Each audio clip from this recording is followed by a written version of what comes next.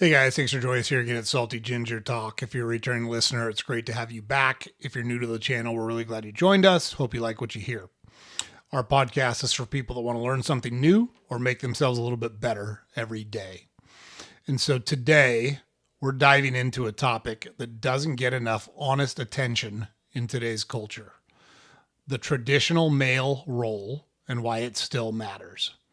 So when I say traditional male role, I'm talking about men who lead, who protect, who provide, who take responsibility, and who build. I'm not talking about domination. I'm not talking about suppression. I'm not talking about misogyny, but masculine strength in its healthy, time-tested form. We're going to break down 5 reasons why the traditional male role is not only still relevant, but vital to the well-being of families, communities, and the entire nation. We'll also talk about how this role doesn't compete with supporting women and children. It actually enables and enhances supporting women and children. So with all that said, let's just dive right into it. So, point number 1, men bring stability to families. We're going to start right at the foundation, the family unit. And we can argue all we want. There's study after study after study that shows a family unit is the best way for kids to be raised to become healthy, productive adult members of society. So, study after study after study shows when fathers are engaged and present and consistent, children do better across the board. Consider these facts from the National Fatherhood Initiative. Kids with actively involved fathers are 2 times more likely to graduate high school. 2 times. 2x. They're 75% less likely to become teen parents. Having a consistent, present father, 75% less likely to become teen parents. They're 80% less likely to spend time in jail. Simply having a father in the house that cares and is doing his job, 80% less likely for their children to spend time in jail. The presence of a father, and I'm not talking about biologically creating a kid, but emotionally and behaviorally involved in the upbringing of those children, builds a sense of security that no government program or school system can ever replicate. When a man provides stability, he's not just offering financial support. He's giving guidance. He's enforcing rules with love. He's providing an example of what personal responsibility looks like. He's showing what it means to show up, even when it's hard. And here's the key. This kind of male leadership doesn't compete with women. It complements women. It takes the pressure off of mothers to be everything all at once. It gives daughters an example of what kind of man to look for when they become adults. It shows sons what accountability and strength and reliability look like. A stable man builds a stable family, and stable families build a stable society. So that's point number 1. Pretty straightforward. Point number 2. Men are natural builders and risk takers. I know we like to say that so many things are societally driven and that they're not in your genetics. I call bullshit. It's just not true. You can look at all of the statistics and data through all of time and look at who does the building and the risk-taking jobs. It's men, and it's always been men. And it's not because women have been held back from doing it, because there's women that have participated in wars and in building. But the vast majority of people who want to do those jobs are men. Men dominate high-risk professions. 93% of construction workers are men. 96% of dangerous manual jobs like logging, deep sea fishing, and mining are men. Over 75% of STEM job applicants are men. Nothing preventing women from applying to those STEM jobs. 75% of the applicants are men. They're not just numbers. They're evidence of a natural instinct men have to engage with risk, danger, and challenge to create something bigger than themselves. The world we live in are roads, bridges, buildings, energy systems, power grids, largely built by men doing hard, dirty, and dangerous work. Men who put their bodies on the line so others could live safely and comfortably. Is it glamorous? No. Is it heroic? Sure, you could call it that. Think about the men that risked everything so you had power in your house, or water in your house, or roads to travel to get to school or to the hospital or to the grocery store. That was almost all men that did that. This instinct to build and take risk isn't selfish, it's generative. It's about laying foundations others can stand on, especially women and children. Men must continue to take pride in their role as builders, not just of structures, but of systems, businesses, communities, and legacies. So men do the dirty, risky jobs and have since the beginning of time. It's important that that continues. Okay, point number 3. Men as protectors create safer communities. There's a reason why men are drawn to protect. It's literally wired in our DNA. Over 85% of law enforcement and military personnel are male. That's not an accident.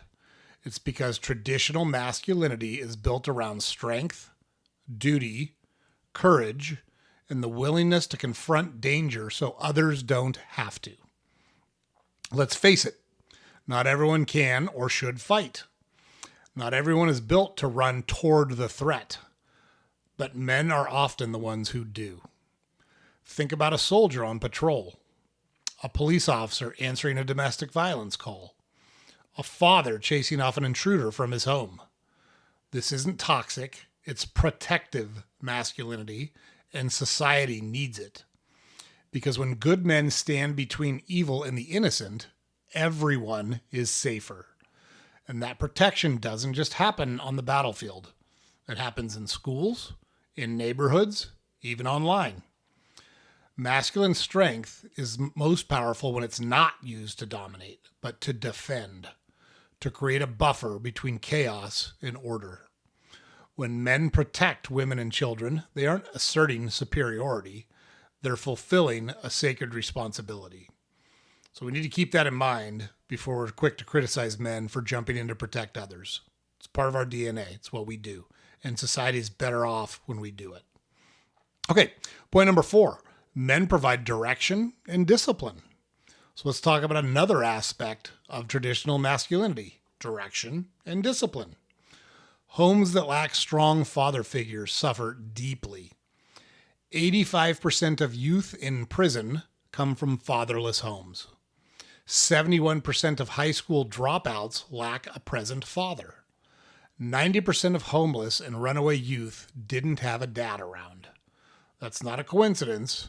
It's cause and effect.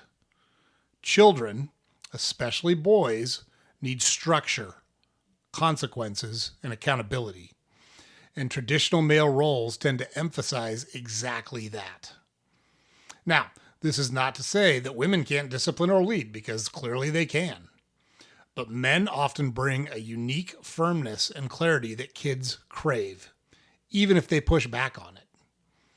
So in a world that's obsessed with feelings and blurred boundaries, a man who calmly says, "Here's the line, you cross it, and there are consequences," is a gift.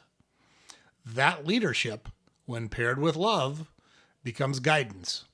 When a father holds the line, he's doing it not to control, but to prepare his children for the real world. And when men discipline themselves first, they earn the right to lead others. So think about those statistics about all the things that go wrong with kids in fatherless homes at a much higher rate than homes where a father is present and involved. It's pretty powerful information to prove our point here. Okay, point number 5. Men drive innovation, competition, and progress. Straight up, traditional masculinity fuels progress. Men are behind over 80% of the patent applications. They're over 70% of new businesses launched globally are by men. Does that mean women can't do those things? Of course it doesn't.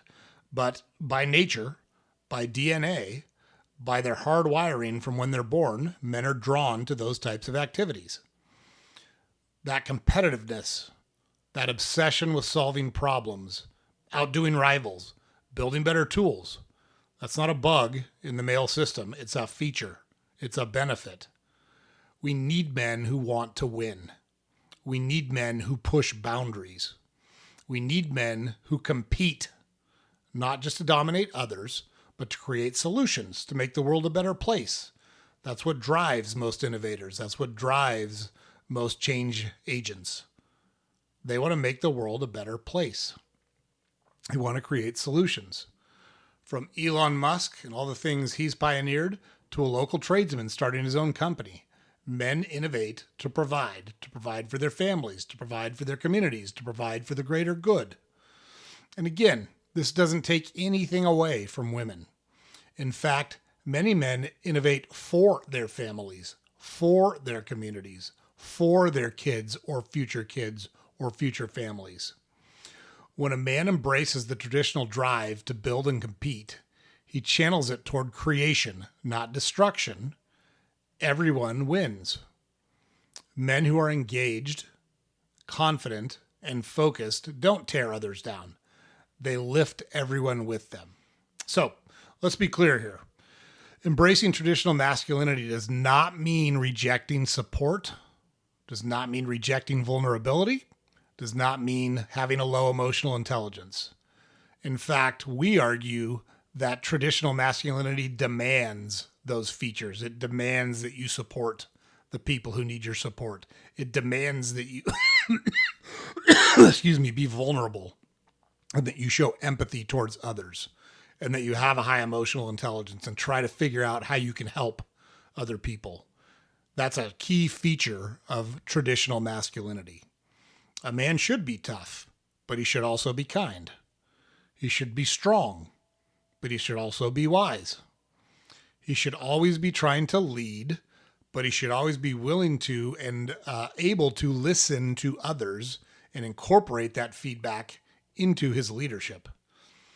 Support your wife, not by stepping aside, but by walking shoulder to shoulder with her. Support your children, not just financially, but emotionally and spiritually. Support your community, not by demanding praise or recognition, but by showing up day after day, doing the hard things without needing applause or recognition. True masculinity means holding the line, taking the hit so others don't have to, living by principles, building a world that's safer, freer, and stronger for the next generation.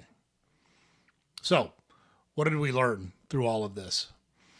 Traditional male roles stabilize families. Remember all the statistics we talk about. Kids graduating high school more often, staying out of the incarceration system more often, in homes with present fathers.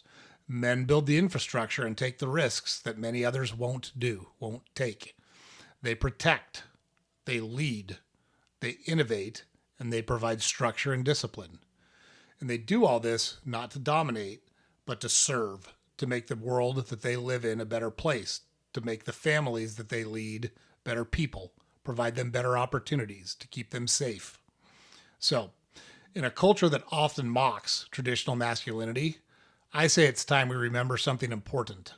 The world needs strong, responsible men, and we're encouraging you men to rise to the challenge and provide the type of leadership we're talking about here. Okay, that's the podcast for today, guys. Hope you enjoyed it. We enjoyed putting it together. It's a topic we feel very strongly about. We raised 3 sons, and we raised them to exhibit these traits and features, and we think that they do. They do a good job of that more often than they don't. And society needs traditional masculinity. Doesn't mean we allow the garbage that we were allowing to happen. It doesn't mean that we allow suppression. Doesn't mean that we allow domination. But true masculinity doesn't promote or support any of those things anyways. So I really don't feel like it's part of the conversation. What we're talking about, as we laid out here, is traditional masculinity that is empathetic, that does show vulnerability when necessary, but is tough, is strong, is disciplined, is principled, and provides leadership for those around us. So James puts it up over here every day. Don't forget over to our website, saltygingertalk.com. All of our podcast episodes are available there. All links to all our social media accounts are available there. And we publish a newsletter every weekday you can subscribe to on our website. So Hope you enjoyed the episode. This one will air on a Tuesday. Hope your week's off to a good start. We're glad you joined us here, and we will see you on the next episode.